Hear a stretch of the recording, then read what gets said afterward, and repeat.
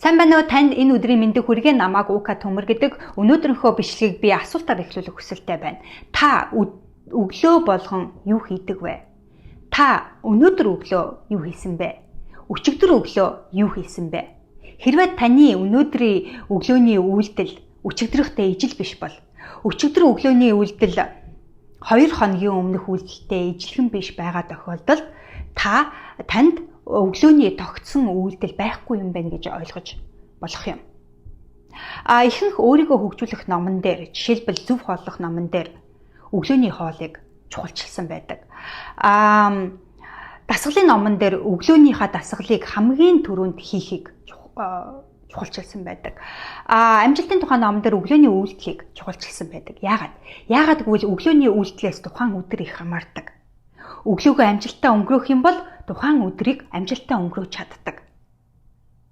Тиймээс хэрвээ танд тогтсон, заншсан өглөөний үйлдэл байхгүй бол та өнөөдөр өөртөө цаг гаргаж байгаад та өглөөнийхөө дэглэмд юу оруулах хүсэлтэй байна вэ?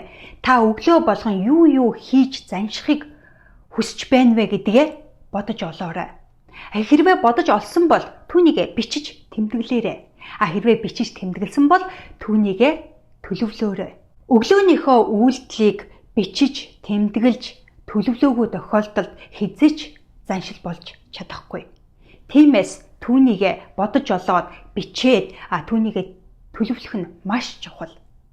Жишээлбэл та өглөө болгон өлийн илгэн дээр ус ууж заншихыг хүсэж байгаа бол жишээлбэл хагас литр ус уухыг хүсэж байгаа бол хагас литр ус багтдаг саваа бэлдээд түүн дотроо усаа хийгээд тэгээд яг хаана байрлуулах вэ? Хаана байрлуулвал илүү санаж түүнийгээ уух вэ гэдгийг төлөвлөөд байрлуулна гэсэн үг. Жишээлбэл бааны өрөөндөө байрлуулах уу? Эсвэл гартагоондоо байрлуулах уу? Эсвэл орныхаа хажууд байрлуулах уу гэх мэт.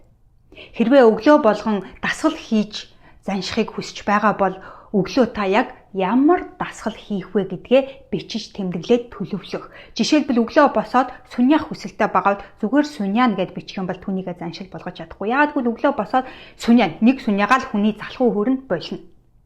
2 сүньяагаал залхуу хөрөнд болно. Хэрвээ та 10 сүньяана түүнийгээ 4 давтамжтай хийнэгээд төлөвлөсөн байгаа бол түүнийхээ дагуу хийх жишээтэй. Хэрвээ та өглөө босоод маш эрүүл зөв хоолно гэж бодож байгаа бол та түүндээ яг ямар хоол бэлдэх вэ? Өглөөнийхөө цаг яаж бэлдэх вэ гэдгийг төлөвлөөд түүнийхээ дагуу урд оройн бэлдээд унтсан байх жишээтэй. Тэгж чадах юм бол та өглөө тэр хоолоо хийж чадна. Үгүй бол үгүй. Жишээлбэл миний хувьд яасан бэ гэвэл би анх өглөө босонгуудаа кофе уудаг байсан. Тэгээд би олон жилийн өмнө ерөөсөө кофе өглөө босонгуудаа уухгүй.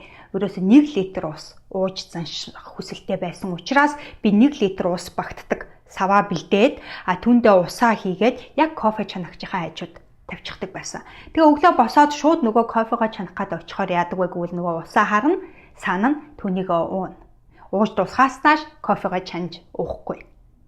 Тэгээд эхний өдөртийг нь 2 дахь өдөртийг нь ингэж уусаран байгаад өглөө болгон 1 литр ус ууж заншсан байх жишээтэй. Өглөө болгон усаа уугаад дасгалаа хийгээд ногоон жуус уух тэм заншилтай болох хүсэлтэй байсан.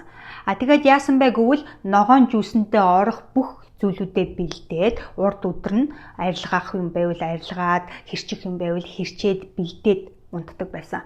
Тэгээд өглөө босоод хийхэд амархан бүгдийг нийлүүлээд блендер тэгээд уух жишээтэй. Хэрвээ бэлдээгүй тохиолдолд хүн яадаг вэ гэвэл залхуу хөрдөндөг. Тэгээд за яшиг өдөр ууя гэд болчдөг.